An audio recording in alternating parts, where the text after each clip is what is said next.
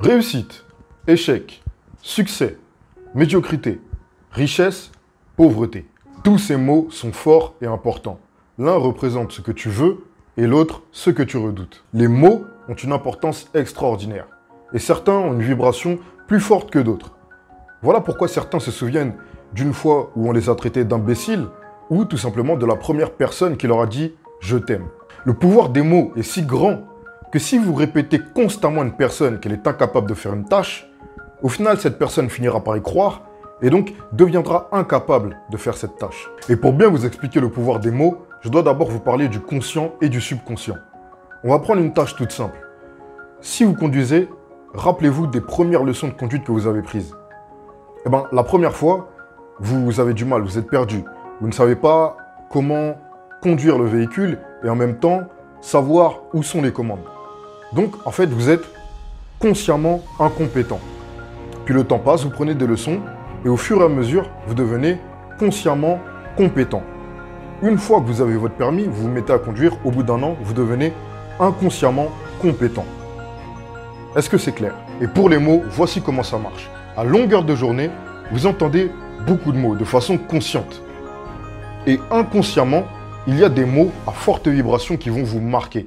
Donc ces mots restent dans votre subconscient et votre subconscient les propulse dans vos vies de façon à ce qu'ils se manifestent. C'est pourquoi vos mots sont puissants. Du coup, comme toute puissance, elle est à manier avec prudence. Vos mots sont clairement des armes. Dans les Saintes Écritures, il est dit que la parole des méchants peut détruire. Et c'est réel. Quelqu'un peut chercher à vous nuire par ces mots en vous parlant directement ou derrière votre dos. Certains appellent ça l'œil et d'autres ont un autre mot pour ça. Mais en tout cas, ce qu'il faut retenir, c'est que avec vos mots, vous pouvez nuire.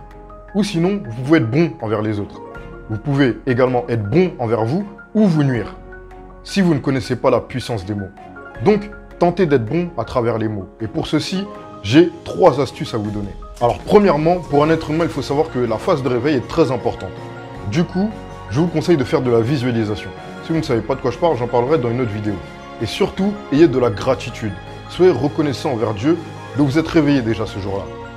Et ce que je vous conseille de faire, et ce qui est très important dans le thème de la vidéo, c'est des affirmations. Faites des affirmations devant votre miroir, ou tout simplement à vous-même. Des affirmations, vous parlez au présent, de choses que vous voulez. Par exemple, je ne sais pas, vous voulez une meilleure santé, donc je suis en bonne santé. J'ai une bonne foi. Je suis productif. Dites tout ça dès votre réveil pour conditionner votre cerveau et vous verrez qu'en plus de ça, vous serez en bien meilleure forme et de bonne humeur. Deuxièmement, faites des compliments. Je ne sais pas si vous avez l'habitude de faire des compliments, mais lorsque vous voyez quelqu'un qui a fait un effort sur, je ne sais pas, son apparence vestimentaire ou sur sa coupe de cheveux, etc., si vous l'avez vu, dites-le. Ça fait toujours plaisir. Les mots sont importants. Lorsque vous faites des compliments, en général, vous utilisez des mots qui réconfortent, des mots qui donnent de la joie. Donc c'est puissant, c'est important. Donc n'hésitez surtout pas à le faire. C'est du positif, ça fera du bien à la personne qui est en face de vous et vous diffusez de l'amour. Et troisièmement, employez des mots positifs et puissants, tels que parfait, extraordinaire, magnifique, super. Vous savez, à notre génération, on utilise beaucoup de mots négatifs sans même s'en rendre compte. Le mieux, ce serait de s'en défaire. Et je sais que c'est compliqué. Moi-même, le premier, de base, j'ai un langage très vulgaire. Voilà. Mais avec le temps, voilà, j'ai appris à m'en défaire. Quand je suis un peu énervé, ça ressort. Mais en tout cas, je le combats. Donc, voilà, tout ça, c'est pour l'importance des mots. Maniez-les avec prudence. Maniez de bons mots, positifs.